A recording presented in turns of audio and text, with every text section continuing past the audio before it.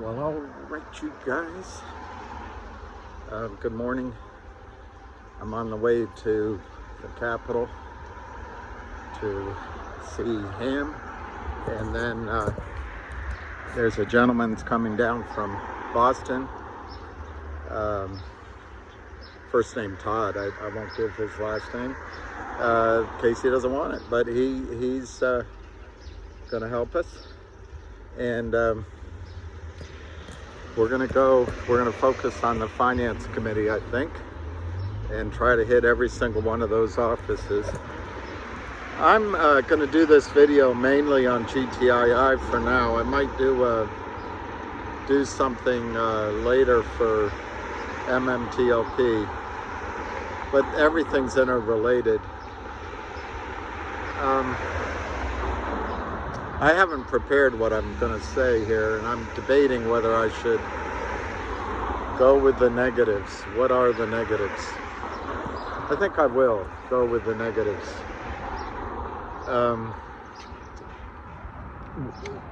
Look, Kurt Kramer and John Hurry are winning so far because Gary Gensler is corrupt and the SEC is flaccid. They're captured. So we knew that all along. So I won't try to count my points because I always get lost in my points. So what's the point of going on?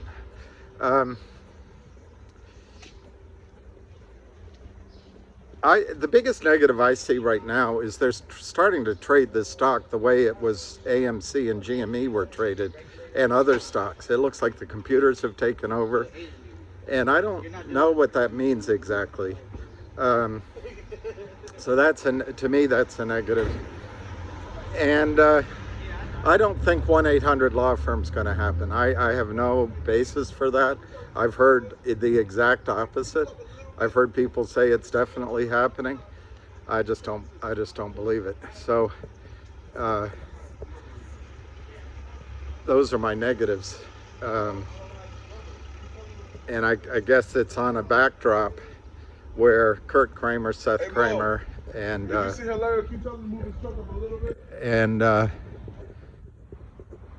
their sidekicks can just sell as many shares as they want that don't exist. Also in the backdrop is that the goofball Gary Gensler, who wants to educate you on the basics of investing, and he wants to go capture new areas to regulate, can't even regulate the over-the-counter market. He doesn't care about it. So that's our backdrop. And then you've got John Hurry and his wife in some sort of dance with each other. Alpine's going down, Scottsdale's probably going down, but they can move everything to Visionaire. One of his associates started. So who knows? These criminals have the cover of Gary Gensler. And maybe that's because MMTLP is so big that they don't want GTII to blow up. I don't know. That might be very narcissistical to even think that GTII is on anybody's map. Let me think if there's any other negatives. And I guess just the long period of time. Here comes a lot of noise.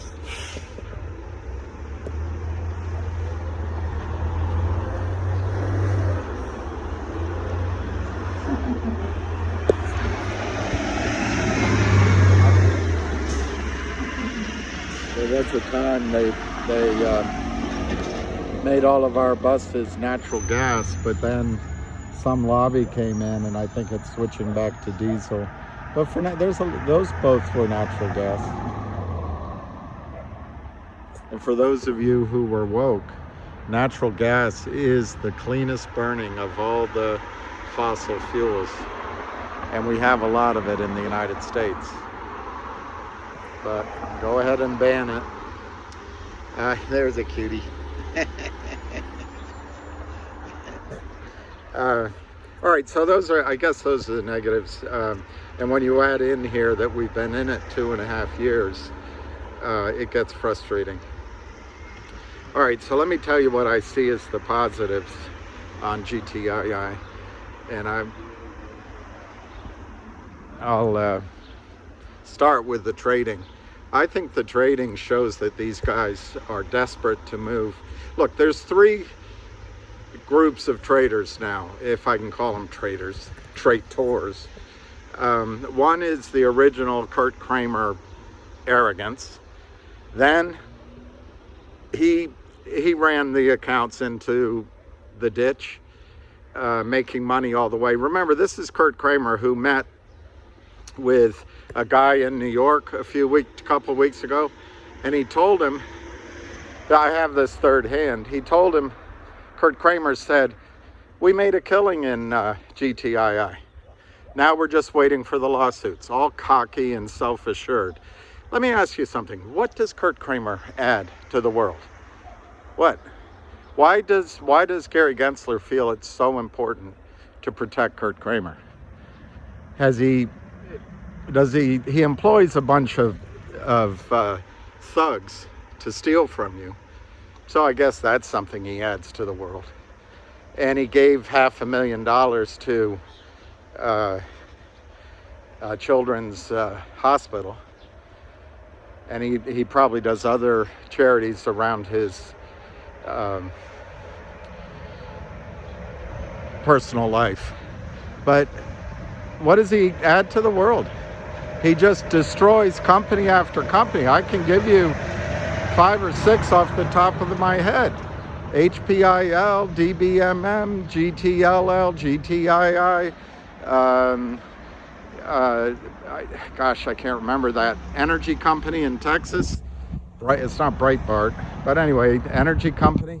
He just destroys people's dreams, people's investments, faith in the markets, and Gary Gensler protects him.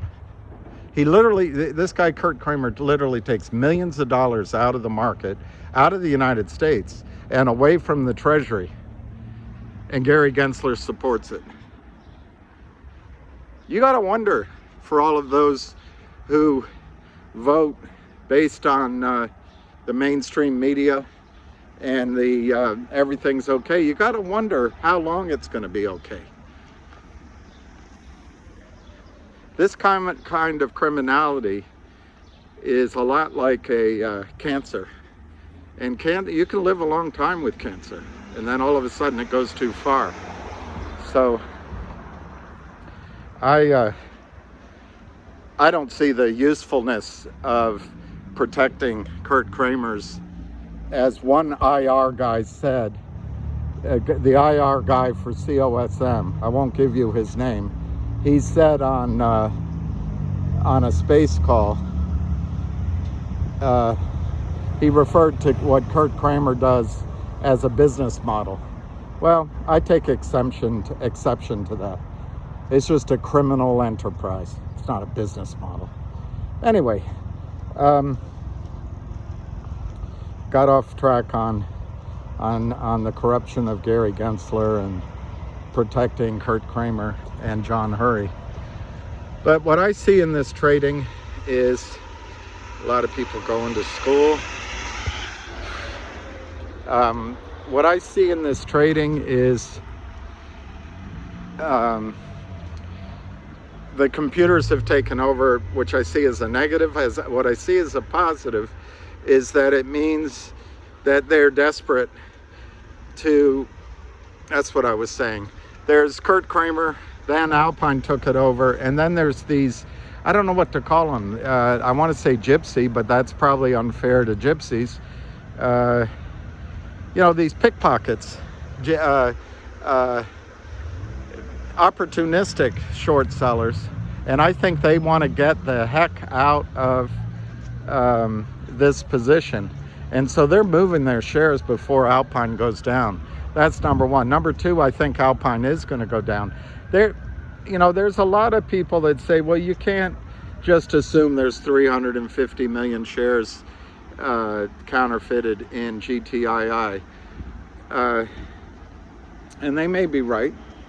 It may be a lesser number. But you haven't seen the volume to get that moved offshore, and nobody's going to take that trade. I mean, these smaller guys, and I'm sorry, my voice is going up because of the noise. These smaller guys maybe have a bit, I almost used that term, a business to protect, a criminal enterprise to protect, because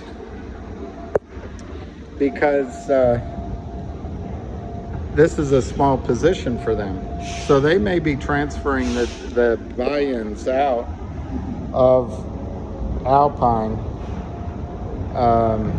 just to protect their other business. They might have cross-collateralized. So there are reasons, but I don't think this is the 300 million shares by a long stretch. Now they got it down to $1, and the question is, can they get it lower? They're going to try to, but they're doing that so they can cross it inexpensively. This is all illegal, and Gary Gensler just does not care.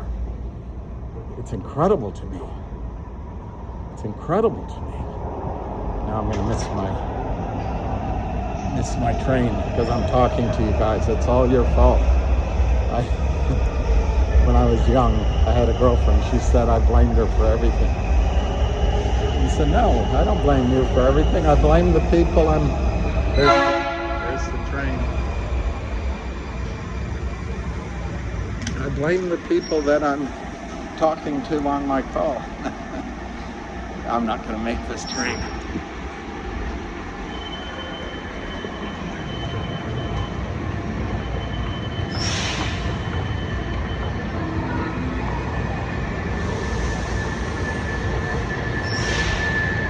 Oh well, I missed it. So I believe this computerized trading, yesterday I think it was 1.8 million shares. I disagree with Ham a little bit. I think most of it was fraudulent. He thinks there was 1 million shares purchased, and I would go with him because he can read a market better than anyone I know. But I think it was just these guys are scrambling to get their positions out. I could be wrong. Gosh, I got 9 minutes to wait. That was a mistake. See what you've done? See what you've done? Anyway, so I'll wait here. I can't tell how much time I have. They're texting. Yeah, 9 minutes, darn it. All right, well, make the best of our 9 minutes.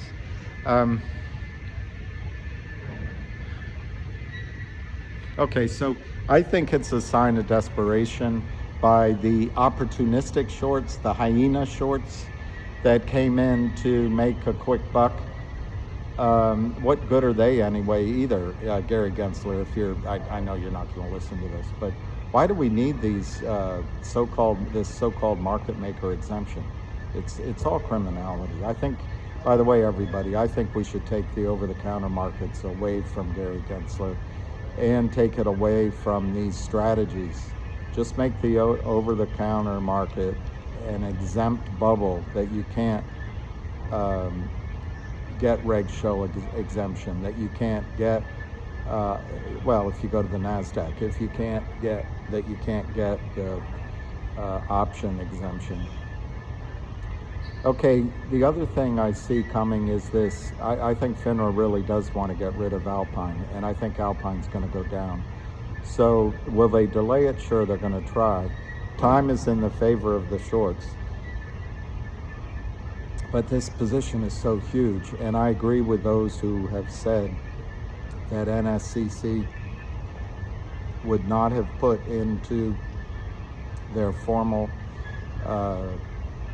response to the court that the deficiency was a large short position, naked short position in GTII. when they say large, you're not talking 10,000 shares. You're talking probably tens of millions of shares or a lot more. Okay, so my positives are that I think the trading is a sign of desperation. It will end. Secondly, I don't think the big boys are covering. Remember, the FBI is out there, West Christian is out there, all of that.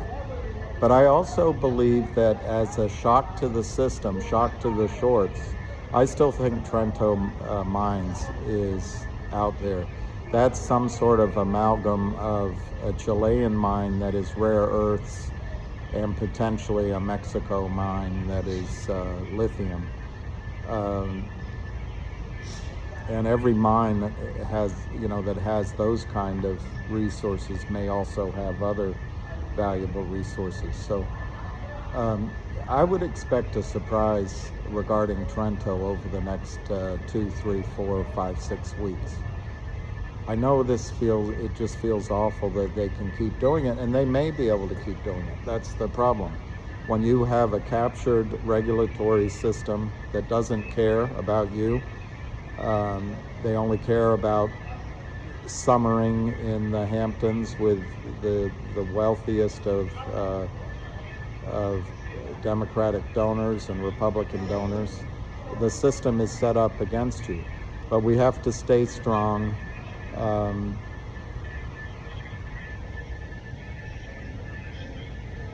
Ultimately, I believe this 350 million shares have to be covered. The only way out that the Kramers and the Hurries see is to continue selling hundreds of millions of more shares. Well, that just makes the problem worse. And I don't think it's going to, I don't think if we all stick together, they're going to be able to seller box this stock and destroy it. And they're not going to, GTII is not going to take the money the way COSM did. So anyway, I'm getting a bunch of phone calls, so I guess I might leave it there. I just wanted to make one other point though, which is that if you're feeling like you're trapped in this stock, and if you're feeling like you don't think it's ever gonna go, well, trust those feelings. And right now there's volume, even though it's fake volume, there's volume in the stock, and it's at $1. It's better to take $1 than to see it go much lower, if that's the way you're feeling. I don't know. Feelings are just feelings. I just do not know what's going to happen. I mean, this stock could be down, or it could be $10 tomorrow morning. So I personally am not going to sell, but I can't give you advice on that. All I know is right now there's volume, and there's other stock ideas out there. But please don't take this as my weakening. It's just that I want to acknowledge what I hear from so many of you, that all the negatives about what's happening, what's been happening.